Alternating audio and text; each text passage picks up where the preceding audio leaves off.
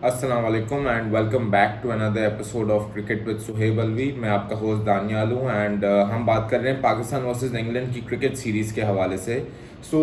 Test 3 start हुआ कल। पाकिस्तान ने एक अच्छा स्टार्ट लिया, कुछ अर्ली विकेट्स भी ली, लेकिन they let it all slip away and eventually जब डे एंड हुआ 3:30 फॉर 4 पे तो इंग्लैंड कंप्लीटली एक कंपाउंडिंग सिचुएशन में। प्रॉब्लम ये है कि पाकिस्तान को पार्टनरशिप्स तोड़ना नहीं आ रही है। यू सी हर दफ़ा मैनचेस्टर में भी यही हुआ कि जो क्रूशियल इनिंग्स थी उसमें पार्टनरशिप नहीं तोड़ सके।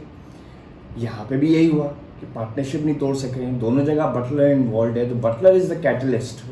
असल में टू बी ऑनेस्ट हुआ ये है कि जो आपने सिलेक्शन की है, Naseem Shah was still a question mark if you remember, मैंने भी कहा था। बिल्कुल वो he bowled a brilliant ball to Roots, ठीक है ना, लेकिन रूट की वो एक विकेट एक गेंद के अलावा उसने वो थका हुआ लग रहा था। Although he was bowling 85 88 but somehow वो गेंद कुछ कर नहीं रही थी। To be fair to him, pitch भी फ्लैट थी ऑब्वियसली, क्योंकि स्लो है पिच, इतनी बाउंस नहीं है, दम भी लगा रहा है तो रूट के यहाँ सीने तक आ रही थी।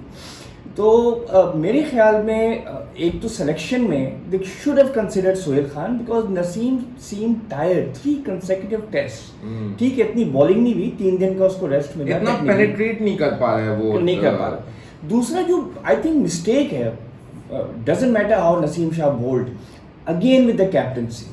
देखो आप पे जब 3 आउट हुए, पोप आया, आप फिर भी एक स्लिप के साथ खेल रहे हैं विद यासिर। मतलब वो आपका नया बैट्समैन आया है, आपने जल्दी से 2 विकेटें ले ली हैं, आप उसके ऊपर प्रेशर तो डालें, एक सिली पॉइंट रखें, silly mid off, silly mid on रखें, शॉर्ट लेग रखें, बेशक 3 फील्डर रखें।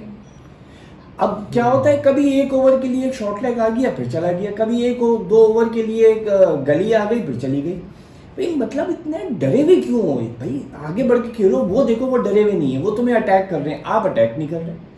सो बात ये होती है जब नया बैट्समैन आता है तो he is trying to get set on that pitch. उस वक्त अगर उसके पास एक स्लिप, एक सिली पॉइंट या एक शॉर्ट लेग खड़ा हुआ हो तो वो जरा सा केयरफुली खेलेगा कि भाई मेरे ग्लव से लग के इधर उधर ना जाए। उस कंफ्यूजन में बोल्ड भी हो सकता है, एलबीडब्ल्यू भी हो सकता है, कुछ भी हो सकता है।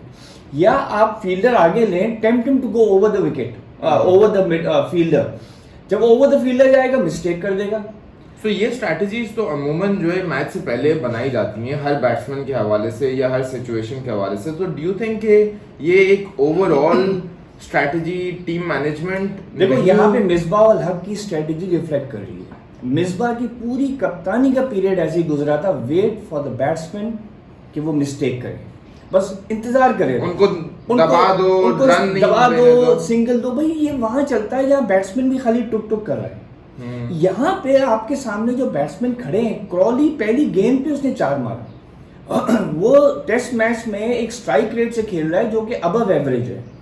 बटलर आके आपको मार रहा है, तो वो तो अटैक कर रहे हैं ताकि आपके बॉलर्स अंडर प्रेशर आए।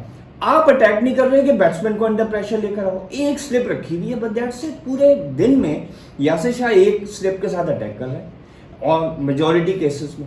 अच्छा, अब आप जैसे मैंने कहा था कि फवाद आलम को ट्राई करना चाहिए वंस अगेन। भाई आप उसको पहली दफा ला रहे हैं, 11 साल से उसने बॉलिंग नहीं की है, उसके ऊपर कोई होमवर्क नहीं है इंग्लैंड के जो स्टैटिस्टिशियंस हैं, राइट? तो टीम मैनेजमेंट में नो वन नोज कि फवाद आलम कैसी बॉल करेगा। Does he bowl a chinaman, does he bowl left arm off break, जिसकी गेंद जो है अंदर आती है बाहर निकलती है, क्या होती है? वहां पे भी आपने एक स्लिप ली हुई है। यार उसको डराओ कि हमारे पास एक सीक्रेट वेपन है जिसके ऊपर आपने होमवर्क ही नहीं किया है, राइट? लेकिन वहां पे भी अच्छा तुम ये देखो कि जितना केयरफुली वो फवाद आलम को खेले, यासिर को नहीं खेले, बिल्कुल रोक रोक के खेल रहे थे। बिकॉज दोनों बैट्समैन में से इनिशियल ओवर्स भी जो है अच्छे टाइट करवाए थे, बिकॉज दोनों बैट्समैन को पता ही नहीं है ये बॉलर कैसी बॉलिंग करता है और इस पिच पे उसकी बॉल कैसी रिएक्ट करेगी, तो वो केयरफुली खेल रहे हैं। दैट इज द टाइम एक सिली पॉइंट पे खड़ा हो, एक सिली मिड ऑन खड़ा हो, या वो खड़ा हो कि एकदम से बॉल निकल जाए, एज लगे।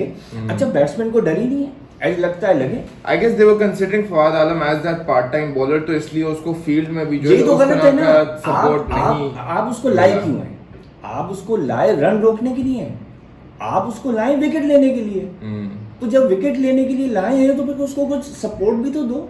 ठीक है, फेयर इनफ। सो पाकिस्तान की बॉलिंग एंड वो लिमिटेशंस अपनी जगह, लेकिन I think the way Crawley played and Buttler ने भी जिस तरह से अपना रोल प्ले किया है, they did a fantastic Crawley ने जॉब। एक बहुत अच्छी चीज की कि जो कहते हैं ना, अपनी स्ट्रेंथ्स और वीकनेस इंसान को पता होना चाहिए। उसकी स्ट्रेंथ है उसकी हाइट। जो हाइट है वो 6'5" जो भी है, वो फ्रंट फुट जब उसका जाता है तो वहीं पे स्पिन को किल कर देता है। राइट। उसकी रीच इतनी लंबी है। अच्छा, अब्बास के साथ वो क्रीज के बाहर खड़ा हुआ है। एक दो दफा रिजवान आया, Rizwan should have constantly been at the wicket for Abbas rather than standing back, right? क्योंकि क्रॉली जब बाहर आ रहा है और फिर वो एक और फ्रंट फुट जब लेता है तो वो तो पता नहीं 5-6 फुट बाहर से खेल रहा है Abbas. So that was a big advantage। Abbas की देखो स्वयं को भी मिटिगेट करने के हवाले से बिल्कुल मिटिगेट कर दिया उसने। और उसने बिल्कुल आपका जो लीड बॉलर था इन पिचेस के ऊपर, वो आपने कम कर दिया। दूसरा जो इन्होंने मिस्टेक की है, मेरे समझ में नहीं आया कि लंच के बाद देख लेती है, अगर पहले पिच का नहीं अंदाजा था। गेंद उठ नहीं रही है, जब इतनी उठ नहीं रही है तो स्लिप्स तक इतनी जाएगी नहीं। अब आपके दो एजेस निकले जो कि सामने गिरे, कोई 2 फुट सामने गिरा, कोई 1 फुट सामने गिरा। यार इतनी स्लो पिच है। अब्बास की 75 माइल्स एन आवर की बॉलिंग है, तो यार स्लिप्स आके जरा सा करीब आ जाओ। ज्यादा क्या होगा, एक चौका चला जाएगा। अगर तुम बहुत करीब हो और रोक नहीं सकोगे तो जाने दो। Fair enough. So that was day 1। अब बिल्डिंग टुवर्ड्स डे 2। सो एक कमेंट बल्कि मुश्ताक अहमद का आया है कि उनके मुताबिक अगर हम 400 के अंदर अंदर रोक लेते हैं इंग्लैंड को, तो फिर भी पाकिस्तान टीम के लिए चांस है। देखो वो गलत नहीं कह रहा है वो, बिल्कुल इस वजह से कि टीमें 400-450 रन पहली इनिंग में करा के भी हार चुकी हैं, क्योंकि सेकंड इनिंग में 70 पे आउट हो गए, 100 पे आउट हो गए, कुछ भी हो सकता है। प्रोवाइडिंग आपने भी 350-400 रन किए हैं। एग्जैक्टली, ठीक है, सो आपकी बैटिंग ने भी डिलीवर करना होगा, इस पिच पे पॉसिबल है, राइट? बिकॉज इंग्लैंड के बॉलर्स भी स्ट्रगल करेंगे।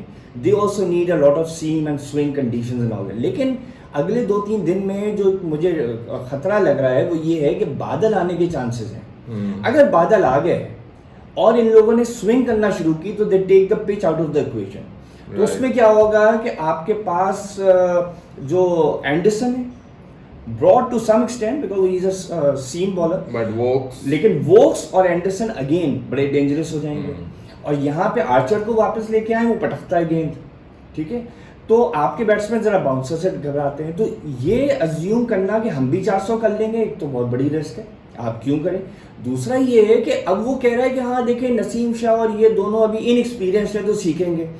भाई तो इनएक्सपीरियंस्ड हैं तो तुम सोहेल खान को ले आते, तुमने खिलाया भी तो इनएक्सपीरियंस्ड है, फिर कहते हो ये इनएक्सपीरियंस्ड है। Banking on the young guns, they obviously will take some time कि जो है वो उस तरह से डेवलप हो सकें कि वो ऑपोजिशन को जो है हर सिचुएशन में टैकल कर सकें। लेकिन I guess going into day 2 Pakistan ने कोशिश ये करनी है कि जल्द से जल्द उनको आउट और करने। जल्द से जल्द अगर आउट करना है तो आपने अग्रेसिव फील्ड लगाना होगी, even at this stage, even at the risk of leaking a few more runs. Because अगर आपने उनको चांस दे दी तो वो सिंगल डबल करके ऊपर से मारते रहेंगे, दोनों सेट हो गए, वो तो 500-550 पे स्कोर ले जाएंगे। बिल्कुल।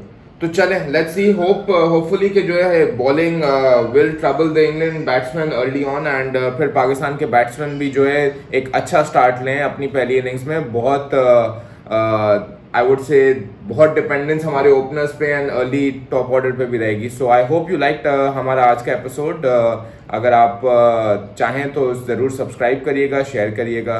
टेक केयर, अल्लाह हाफिज़।